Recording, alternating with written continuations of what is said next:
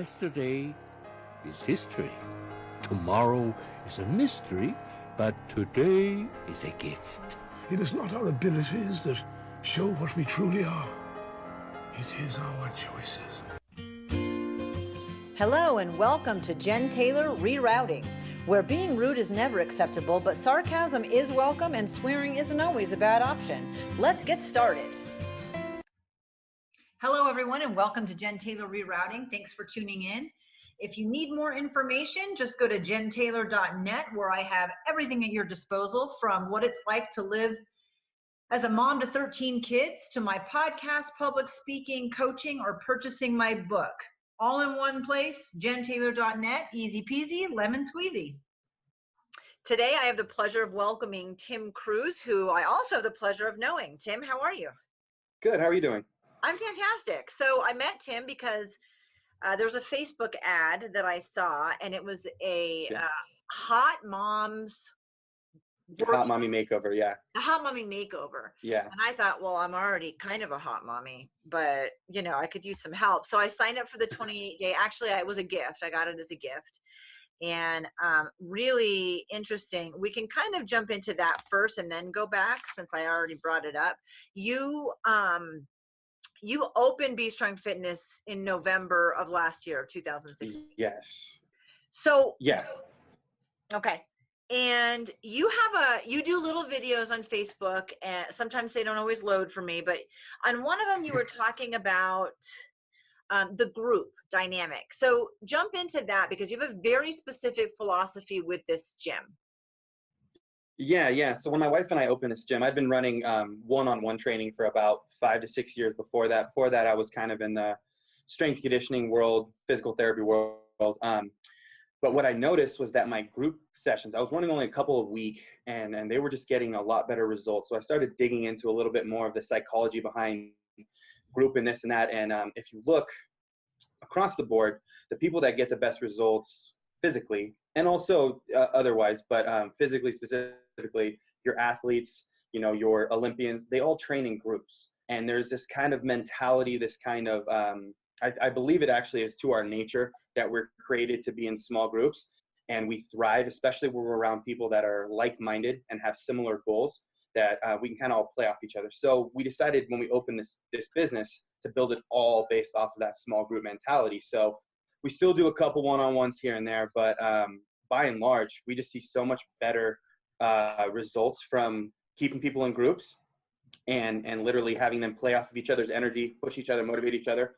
And also, it just makes for a cool environment too, because it's a lot of fun when you've got a team of people that are all, for lack of a better term, suffering together, and they're busting their butt and sweating their butt off all together. It makes for a lot better environment. It does. So yeah, that's kind of why. I had a personal trainer, and I did fitness competitions about 12 years ago. And that I liked a lot of things about having one person really focused and pushing me. And then I've done group classes, like you go to spin at your gym, and I don't like those. And so I didn't know what to expect. I just signed up for I liked the outreach you were doing and the way you were doing it. And I thought, well, I'll give it a shot, and it's very different dynamic, and predominantly women. Yeah, it definitely is predominantly women. We just started a challenge this Monday that brought in finally some male faces, but by and large, about 80% females that would be coming in. And most of the time they're all, they have that same driving factor, whether or not they're not happy for some reason, they're uncomfortable in their own skin, they want to lose a little bit of weight. There might be some deeper issues going on, but they have something that, for whatever reason, is their pain point that brings them through the door, and they find a home with us, because we're definitely not that place that judges you for being out of shape. We actually encourage people that are out of shape to come in, because they're the people that need to, they need us.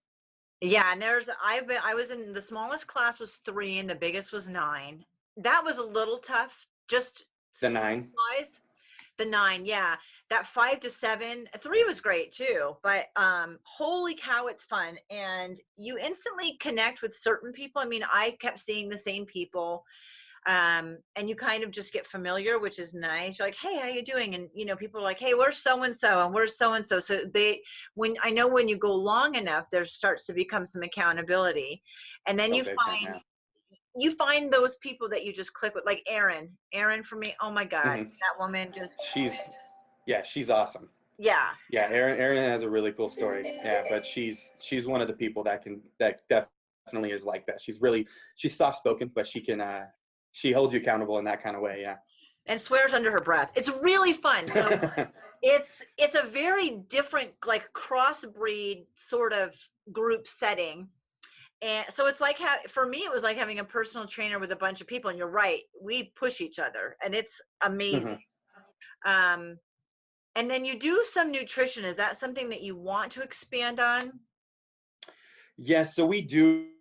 We believe it's probably one of the main components to the whole thing. I know for myself, growing up, and we can get into this a little bit later, but like nutrition was always like a hang up. Like there's so many fad diets that people jump from this one to that one without any real knowledge of like what actually goes on inside the body when you eat something. So we make sure to sit down with every single person, whether they sign up with us or not, and we give them the nutrition aspect, because our goal as a facility is to reduce Reno's obesity percentage by 10%. And obviously we can't do that without a little bit of education. So we want to make sure that we teach moms and dads how to cook properly, how to make good choices so that they can teach their children, and then hopefully, it spreads like a virus, kind of like that. Which So yeah, would we be put a huge emphasis on nutrition.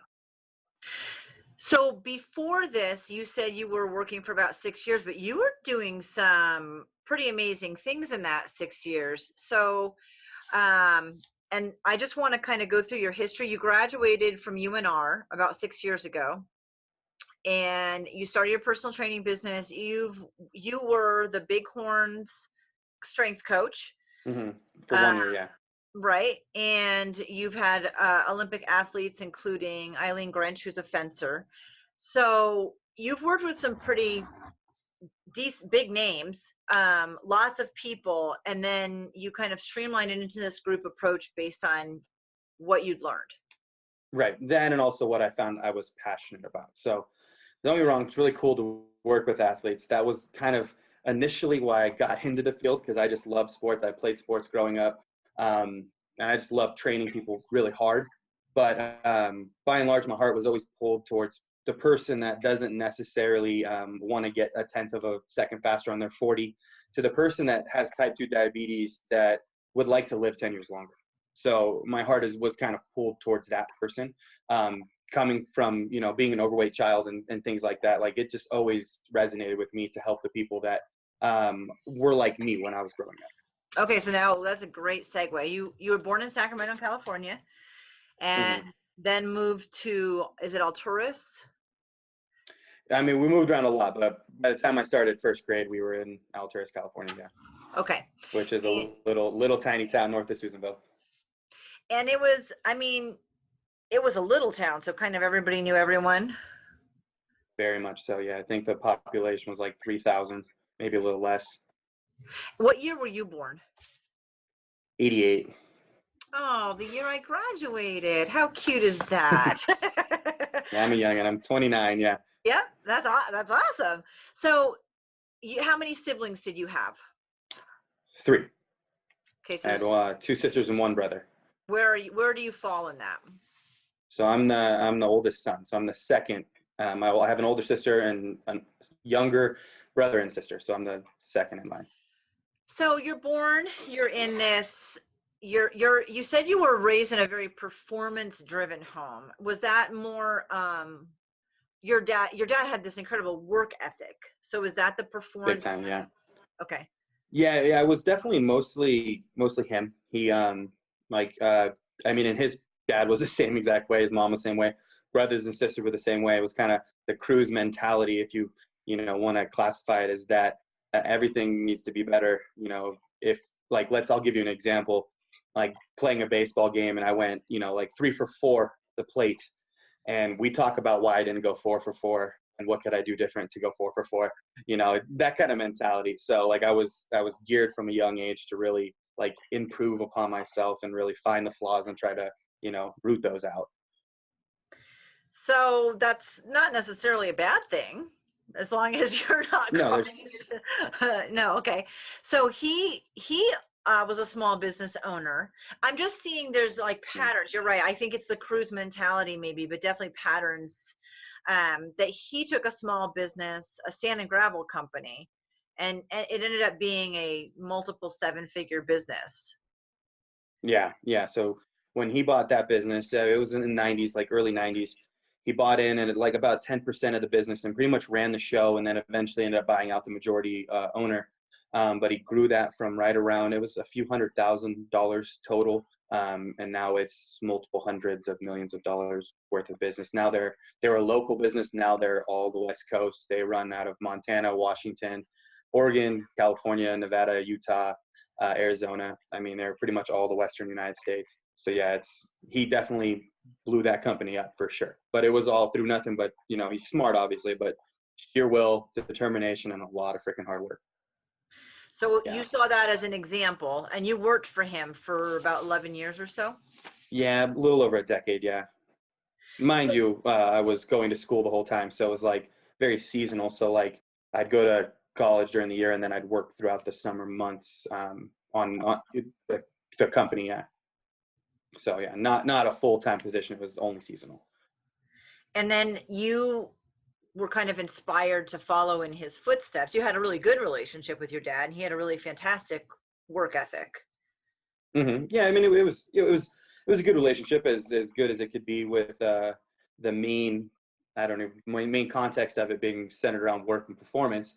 Only over the last like few years have we developed the other part of the relationship, which is more like the father-son part of the relationship. But we didn't fight or anything like that. There was some discipline that went on, but what stupid kid doesn't need some discipline every once in a while? All my fault. But yeah, we had a decent relationship as far as that goes. What about your mom? She was very involved in all of our lives. So she did help my dad a lot in the company, but for the most part, she was the one that was responsible for raising us kids, cooking dinner, making sure the house was kept, all that stuff. So she was always around for sure. Yeah. So your parents were in good shape, you said, growing up. Were they athletic or lucky? Yeah, well, athletic might be. My dad was very skilled. We'll say that. He's very coordinated, but he always did things a little bit goofy, but he always got the results. So he didn't have what I would call that God-given talent, where they just, you can see him run or swing a baseball bat or shoot a basketball, and just looks like God graced them with that skill. He always looked like it was a little awkward, but he always was really good. So he always did really well. So yeah, he was good, but I wouldn't say that he was very athletic. Yeah. Okay. Goofy and got the job done. Yeah, but yeah, through sheer will and hard work, I'm pretty sure that's another, tenet to that. Okay, and your 3 siblings, everybody was in decent shape. Your family, and I don't like to use the word diet like you're being punished. Diet's just what you're eating. So my diet's pretty healthy. Other people's diet is less healthy. What was that like growing up for you? Yeah, so like I was definitely the prototypical chubby kid out of the family. My little brother and sister were stick figures. They had like abs all the way till the time they were like 13 years old. My older sister was, she was petite. She wasn't super skinny like they were, but yeah, I was the kid that by the time I graduated high school was like 260 pounds, and not a good kind of 260. I was just a pretty big kid, and I had a huge appetite. Always out eat everybody, and I loved to prove it. And I was also the one that played all the sports. No one else really played all the sports. It was me. I was the 3-4 sport athlete, but it was because I love sports, but I also didn't really care too much about nutrition. I'll give you an example. My senior year, my go-to breakfast, and this is going to sound really terrible, I'd stop by the gas station on the way to school, and I'd get an apple fritter and a big 32-ounce Mountain Dew Code Red. That was like my go-to, like sugar insulin bomb right off the bat. And then I wouldn't eat again until dinner, and I'd probably eat whatever was cooked for dinner. Yeah. Oh my gosh, that's so gross. Oh, I know. So much sugar. Yeah.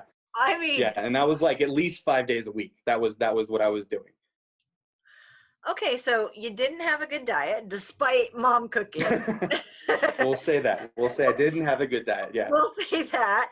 And then you were wrestling, football, baseball. You were Mhm. you're right, like 3 or 4 sports all the time. Yeah, all the time. Yeah, I was always playing sports. And then I got into lifting when I was like a freshman or sophomore in high school. So even during the seasons, I would be going to practice and then I'd turn around and go right to the gym afterwards and, make sure to get my lifts in afterwards too. So I was very active. I'm actually shocked that I could still gain so much weight because I was burning a lot of calories too. And I'm kind of thinking about that now because by the end of your senior year, you were 260. And you said you had a body fat of 22. I mean, I'm a 46-year-old female and I have a lower body fat than that. Yeah. 22 for all the listeners. That's not a good body fat for a male, especially at 18 years of age. Given right now, I'm probably around 11 and a half is probably where I'm at right now. And I'm estimating what I was in high school, but it was not good. I was soft for sure. Yeah. I saw a picture. I definitely had to do, what's that? I saw a picture. Oh, yeah, I'm sure you did. Yeah, it's floating around the world somewhere. I need to put a side by side of what it looks like now. Actually, that would be awesome just to see. It would be good. It would be interesting to see the progression just because, well, I mean, you're the guy running the gym. It's not, you can tell the story and you're always very relatable and warm, but I mean, you can really relate. Like I can really relate to what you're going. Yeah, you try to tell me one person I've trained that eats as bad as I did back then. I know what it feels like. And that's perfect. So I'm wondering, except your weight, I don't think it wasn't just what you were eating. You weren't eating very consistently either, it sounds like. If you grabbed all that in the morning, then nothing till dinner, and you were the overachiever training for everything, early to practice, late at practice, kind of busting your ass through everything. Yes, that was definitely me. And it wasn't at my parents. I don't want to paint a picture that they weren't like making sure I ate lunch. They gave me money every week for lunch, but I was very stingy and I would save that money up and I would use it to buy whatever I wanted at the end of the month. Like they give me like $20 a week and I would like roll that, I'd save it up. And I had like $1,000 at the end of the year because I was just being frugal with all my money. That was kind of my mentality, like free $20 instead of use it for lunch every day so you can feel your body. So yeah. Wow, you're killing me. Jeez. Trust me, I know. When I look back, I'm like, if I only knew what I know now. So you're kind of starving yourself and eating unhealthy, and you're already yo-yoing. Were your parents ever concerned about your weight as you were growing up? Was that ever addressed? Yeah, I mean, it wasn't too much because, like they did see the ups and downs. I went on a few diets when I was young. I remember the first diet I went on, I was like 12 years old. I went on the Atkins diet. So I don't know if you remember that when it first came around. And I lost like 40 pounds on the Atkins diet in like a month. It was like ridiculously fast. But meanwhile, I think I was wrestling at the time. It is not a nutrition plan for a wrestler because so much metabolic demand. I felt like had no gas in the tank ever. I was always tired. Didn't have any energy, but I was dropping weight. So that was all that mattered to me. And I remember when I came off of that, summer came around, I came off of the diet and I gained every pound of that back really quickly. And probably a little bit more. So then of course the natural habit, and I see this a lot with my clients, is you jump right back on the same diet that gave you the results in the first place. Not trying to address why did you fail and why did you put it back on? Which really that was because it wasn't a good diet. That's why I failed. And I'm not saying anything against the Atkins. It just is, I don't believe it's a long-term solution to anything. Any kind of dogmatic approach, I don't believe is a long-term solution. I think most of what's out there is not a good long-term solution. Amen. Yeah. Any of these gimmicky diets they're meant for short stints, not for 5-10 years.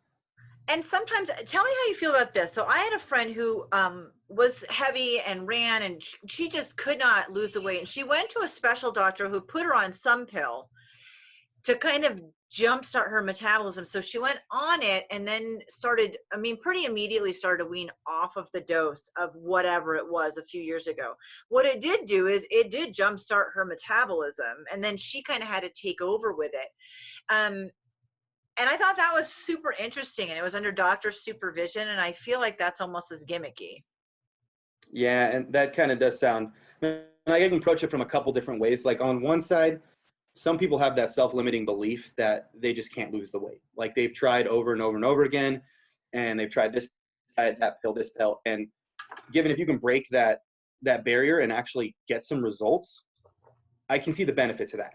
But I don't really know. I don't know what drug they were prescribing to me, I think that if it takes a pill, and I've taken all the pills, I've taken all the weight loss drugs. If it takes a supplement, and I've taken all the supplements, then that's not a sustainable method. Like, you have to figure out how to eat and live to lose the weight, because at some point you're not going to take those pills anymore. You're going to have to maintain it. So that's, to me, a recipe for a yo-yo, and that's how I feel about that. But I do understand that it could take a little bump to get the motivation rolling. And that's, I think, more what it was. I mean, it could have been sugar. It could have been a placebo. It doesn't really matter. Same thing with the Atkins or anything. When you start something and you see a result, it gets you excited to have more of a result. So I'm always torn when people tell me about anything that they're doing, because I think, well, I mean, in some ways it's not bad, because maybe it gives you the jump start that you sort of need. And in other ways, Right. it traditionally is a yo-yo. So, and you can make the argument that it creates an addiction to whatever that pill is. Like, if you remember, just a few years ago, HCG was the big thing. Women all across the nation, my mom was one of them, were getting these injections of human gonadotropin, or whatever it's called, which is a pregnancy hormone that essentially stimulates your metabolism and creates, massive weight loss. But they're telling you got to follow this 500 calorie diet. You can't work out because, super restrictive, and everybody lost a bunch of weight. And I'm sitting there scratching my head like, of course you lost the weight. They restrict your calories of 500 calories per day, and everybody gained the weight back. But everybody went back on the HCG at, who knows, $300 a bottle is what this stuff costs. They're just in it to, I think, create that link of that psychological addiction to whatever their supplement is, so that you keep coming back. And every time you come back, you're not going to get the same results, but you're going to make them a little bit more money. So that's kind of the sad truth behind a lot of the supplement games that are being played right now. Absolutely. So you're in high school, you have dieted, you've gone on the Atkins and stuff, you're kind of yo-yoing, and you went to Montana State. Mm-hmm. Did you go on a baseball scholarship, or were you just on the team? I did, and I walked on. So yeah. Awesome. Yeah, okay. I walked on. I didn't even know when I got there. That wasn't why I went there. I remember seeing a flyer and I was like, I love baseball. Let me try. And I walked on. So yeah.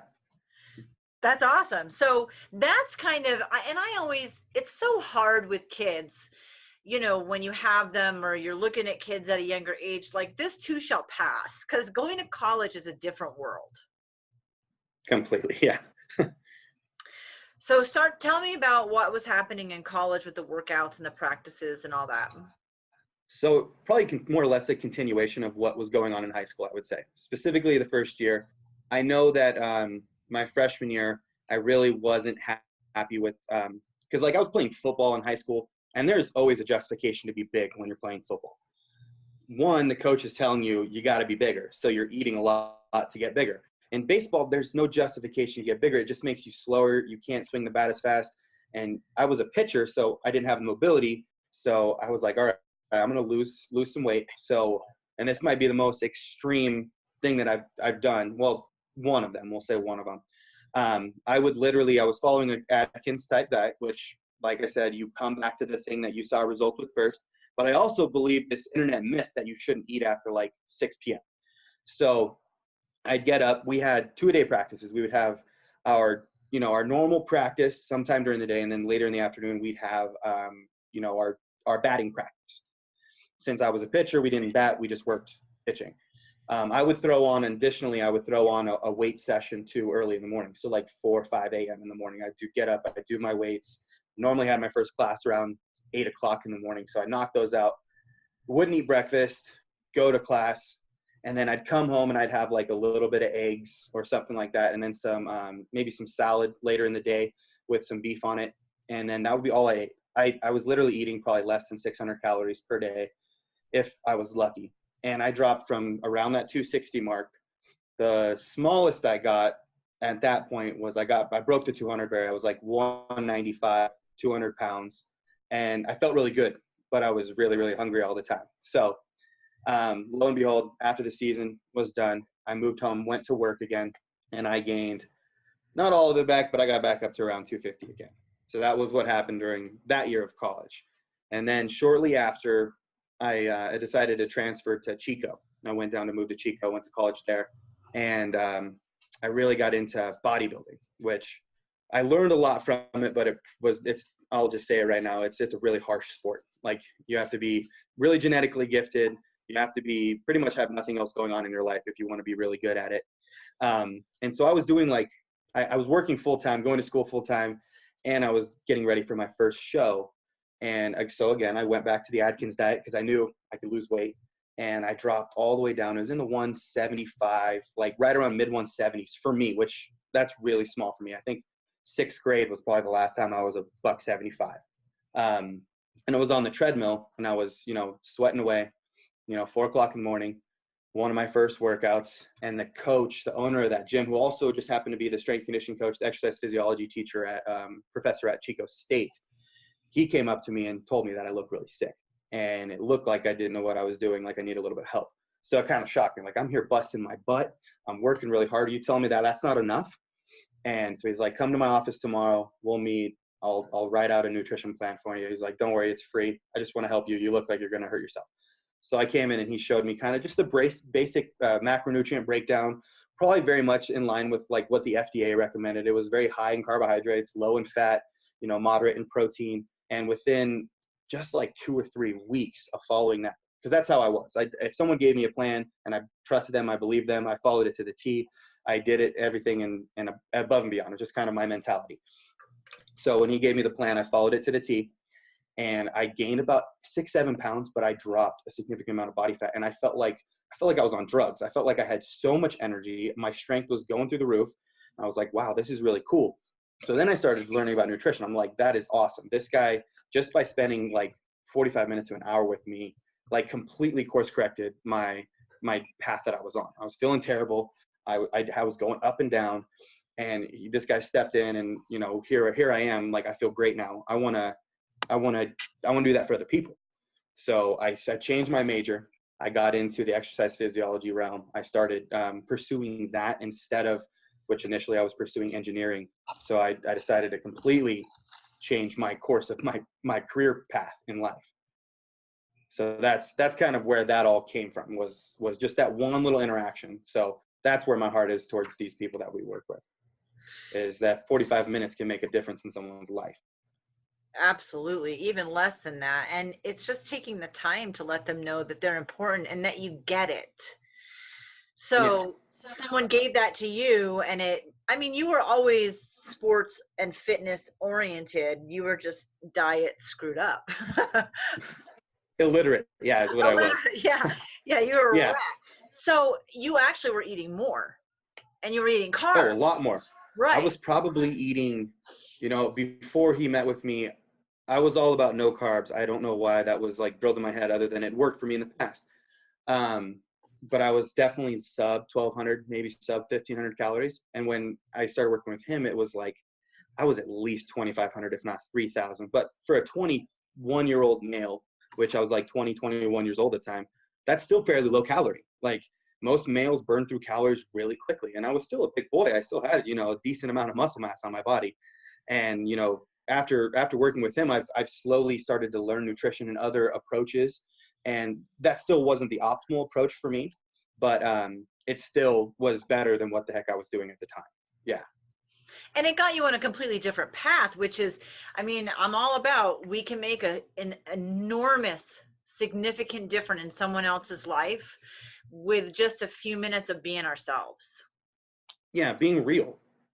Yeah, no one wants to see, you all want to know that your trainer works out. It's like going to a dentist. You don't want to go to the dentist with jacked up teeth. Like, that's bad business. But at the same time, you want some relatability. If you're overweight, you're struggling, it's very nice to be like, oh, this guy gets it. He's went through it. He knows what it's like on the other end of the spectrum. He's made all the mistakes to get to where he's at now. So it's easier to relate to that person and trust the advice that you get from someone who's been there and wasn't just, God's gift to humanity with the 6-pack abs and, tan skin and could eat Oreos and drink whole milk all day long and still look great. That's the worst person to take advice from. They don't know. I don't like that person at all. So what I love, though, is like the complete well, you rerouted, which is kind of what this show is about. And you wanted to focus everything. Like, this person did so much for you. You thought, well, if I'm screwing it up, not intentionally, I'm just making mistakes because I don't know any better. How many other people are out there doing the exact same thing, feeling the Mm-hmm. exact same way, frustrated and stuck and sick and miserable and unhappy and not making any progress? And so you changed everything. Yeah, complete pivot. Yeah, going one way and all of a sudden I pivoted and went the other way. So yeah, it was definitely a defining moment in my career path for sure. So you majored in exercise physiology and sports medicine, and you're very, very driven. I think maybe that's that Cruse mentality you're talking about, but Most likely. in sports and all of that stuff, you really threw yourself into this. You wanted to know everything you could. And you call it the demon that you dealt with for so many years. So did it feel like you had the demon under control, or you shook hands with the demon, or what was that like? I mean, Tim, that had to have been huge. Yeah, no, absolutely. And to be honest, anybody who has dealt with weight issues their entire life knows that that demon never goes away. So it's the same thing with just, it's an insecurity, right? You lose weight, but for so many years you've been struggling with that a lot of your defining, the way you define yourself has to do with that. So there's no shaking hands with it. There's just learning to live within. And I've went to the extremes. Like, I've competed in 4 or 5 bodybuilding shows, gotten down to sub 4% body fat, and been able to maintain relatively lean levels of body fat for a long time. But that fat kid's always still inside. Whether I have abs or, like right now, I'm not quite at that level, but it's not a matter of, being lean. It's a matter of what it's like a psychological thing where you identify with a certain body type. It might be called body dysmorphia, or bigorexia is another term for males, where they have trouble seeing themselves as they truly are. And I believe that comes from like the past. So it's a constant struggle. And I imagine it'll go until the day you die. It's just a matter of the more education you have. For me, the more I'm consistent and I'm living true with my purpose, the more I can feel good at night when I go to bed about who I am and what I look like. So that's what I would say to other people that struggle with that same demon, because it really is a demon. That's why I use those words, because it literally is a demon, and it's something that you'll never make peace with. Which is tough to swallow, but it's great that you can live alongside it, I guess. So you decided to move to Reno and go to University of Nevada, Reno, UNR. I have a UNR hat right behind me. I see that. Woo, go Pack. So what made the switch? I mean, I know Sacramento's only 2 hours away. You were only like 3.5 hours away. Chico's a few hours away. We're all kind of a sort of an extension of a bigger community, I guess. But what brought you to Reno and UNR? So short answer, so I could get done with school. Chico was not a place where, it gets a bad rap. It's gotten better, but like, for instance, my last semester there, and I was working a lot and I was gone a lot because I was a student athletic trainer for Butte College, going to school full time, working, and then also training. But we lived in a complex called the Zoo, which was downtown Chico on one of the Chico streets, which everybody knows that they've been there. All the Chico streets are where the parties happen. And literally people would just walk in and out of your house. And like, if there was a party going on or not, they would just come in, people you don't even know, and just bring drugs, booze, like they're just randomly all hours of the night. And it was just kind of the way it was there. So I had a really cool opportunity that summer. I got offered to go work in Yosemite National Park. And so I moved from Chico, which I like Chico, don't get me wrong. But I moved from Chico to Glacier Point, which is right in the middle of Yosemite. We worked there. We paved those roads. And at the end of the summer, I just didn't want to leave. I loved it there. I had a great community of people I was around. I didn't want to go back to the party scene. It was finally quiet.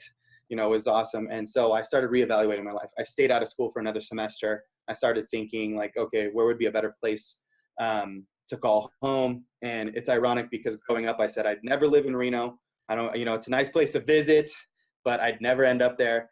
And sure enough, I ended up going to Reno. And probably because I procrastinated and didn't apply for the other schools quick enough. But Reno takes people pretty much year round. You don't have to have a great GPA. They take you. I'm not saying I didn't have a great GPA, but they basically take warm bodies there. So I ended up going. And it was probably the best decision I made. So the very second day I lived in Reno, I moved in the first day. Second day I met my wife. She was there literally the second day.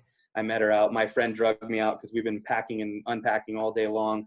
It was her friend's birthday. She pulled her out, and we ended up meeting at the very first place that we went. So that was kind of, the sign from God that was the right decision to go to Reno.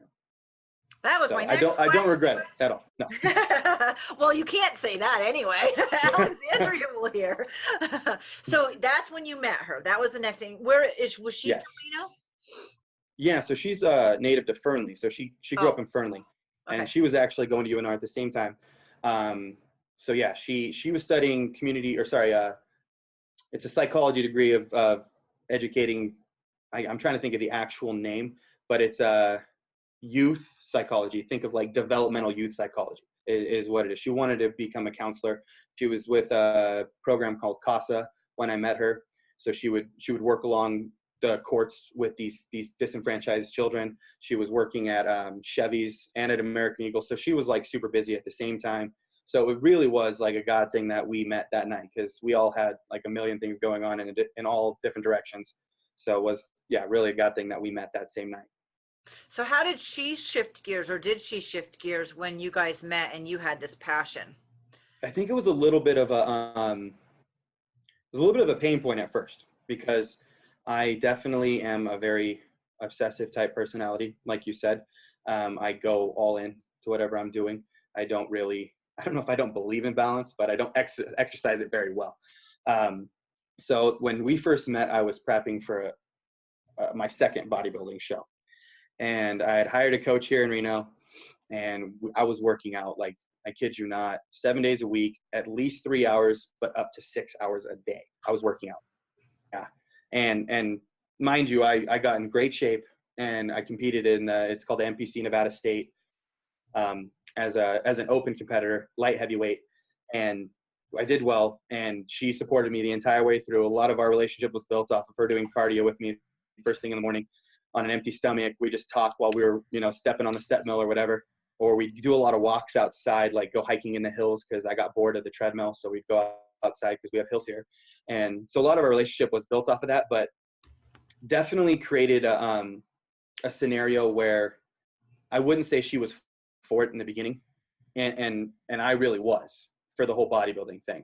And then as time went on, I've definitely migrated to her side, where I could see how obsessive and how life controlling that was, and how it was part of my life, it was part of my journey, it was part of what taught me so much, but it was not, I wouldn't recommend it to people that want to get down that route. It's not healthy, I can say that. No, and I've done it too. And I really enjoyed the fitness competitions in some ways. I like saying, well, you're here and you want to get here, and this is kind of your time frame, because it broke it up for me in goal-oriented kind of chunks. But first of all, it was incredibly, like you said, the time commitment is huge. And then also the money commitment is huge. And that's really big. And then on top of that, it's just, I couldn't maintain eating that way either. It was ridiculous, just the level of commitment and dedication. So I completely agree with you.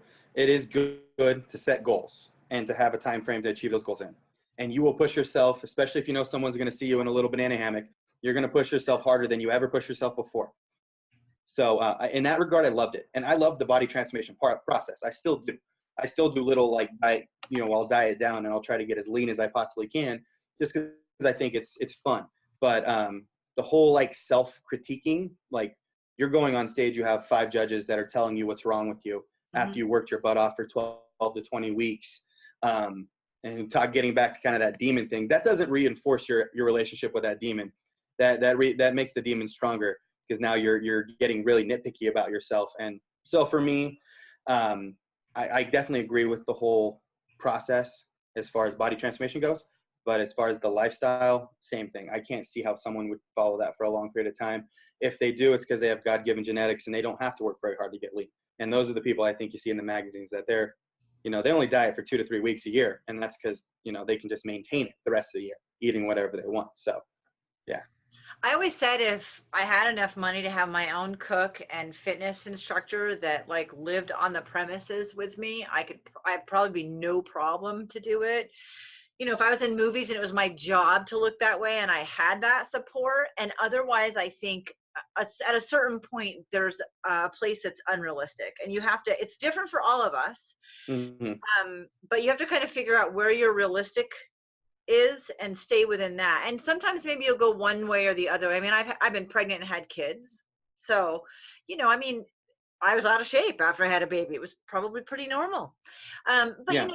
you just, and then you get back to it and you kind of stay in that normal zone, I think. But the extremes are never good. And you can speak to that because you've seen the extremes. Yeah, I've been at both ends. Yeah. I completely agree. So, how much, I want to ask you, what was the average cost of your show? Oh my gosh. I don't remember. Because I always want to know what females pay too, because I know what I paid.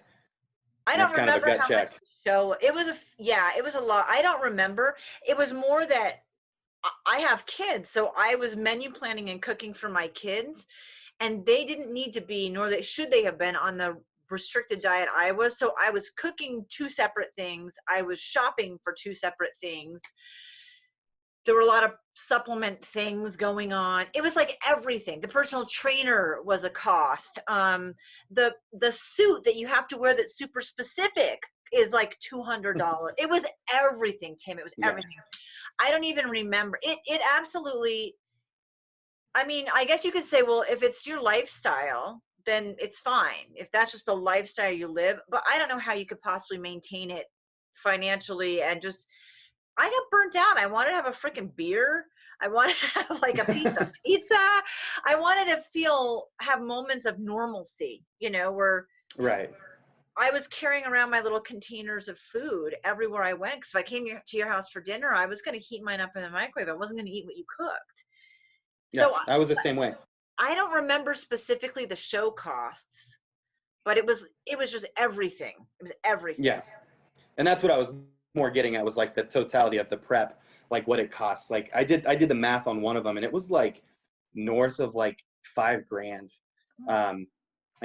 And that's not even super high. Like I've talked to some competitors when they throw in like, drugs and things like that, supplements, stuff like that, they can get north of 10 grand for a show easily. And we're talking about local shows with a $10 trophy as the award and 5 seconds of fame. That's what we're talking about. You're not feeding your kids off of winning these dang things. So I agree that, if you're a model, an actor, actress, and you're getting paid, your livelihood depends on you living that way, by all means, do what you got to do.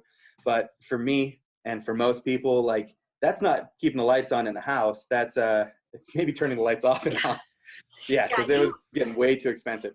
You definitely lose money on it. And for people who are interested in doing it, I mean, I had a hysterectomy and I went through it was a very traumatic, the whole thing was traumatic. And for me, that part of my life was over of having kids and stuff. And I was only 33 and I wanted to get my body back.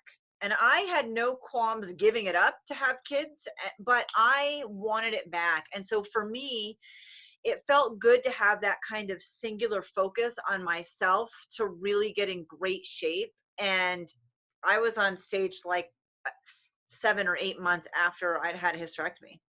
Which is super cool. Which is super cool. And for me at the time, it was a very positive driving force. And I got to put a lot of energy and a lot of frustration. People that come and work out who are having a bad day and there's a breakup and, you hear all that. We all have life going on. And sometimes throwing yourself into being physical isn't necessarily a bad thing. And it wasn't. I wasn't doing anything in an unhealthy way, just not in a long-term manageable way. So right. it was a great chunk of time that I look back on with fondness, but there's no freaking way I'd ever do it again. I do think that sometimes though it takes that life-changing, like, one of the main things I struggle with some of our members is their moms. So and the nature of being a mom is you're always last. And, when it comes to cooking, when it comes to getting your hour to work out and your 45 minutes to work out in, like, you're always putting yourself behind everybody else, your husband, your kids, your job, everything. So I always try to flip that on its ear and kind of like with you is like, you need this, like you need to be, put yourself first for a little bit, because you're going to be a better mom. You're going to be a better spouse. You're going to be a better human being on this earth when you take care of your health and the way that you feel about yourself. Everybody knows a confident person who feels good in their own skin is definitely going to treat people differently than someone who's insecure and not feeling good about themselves or has bad energy or low blood sugar.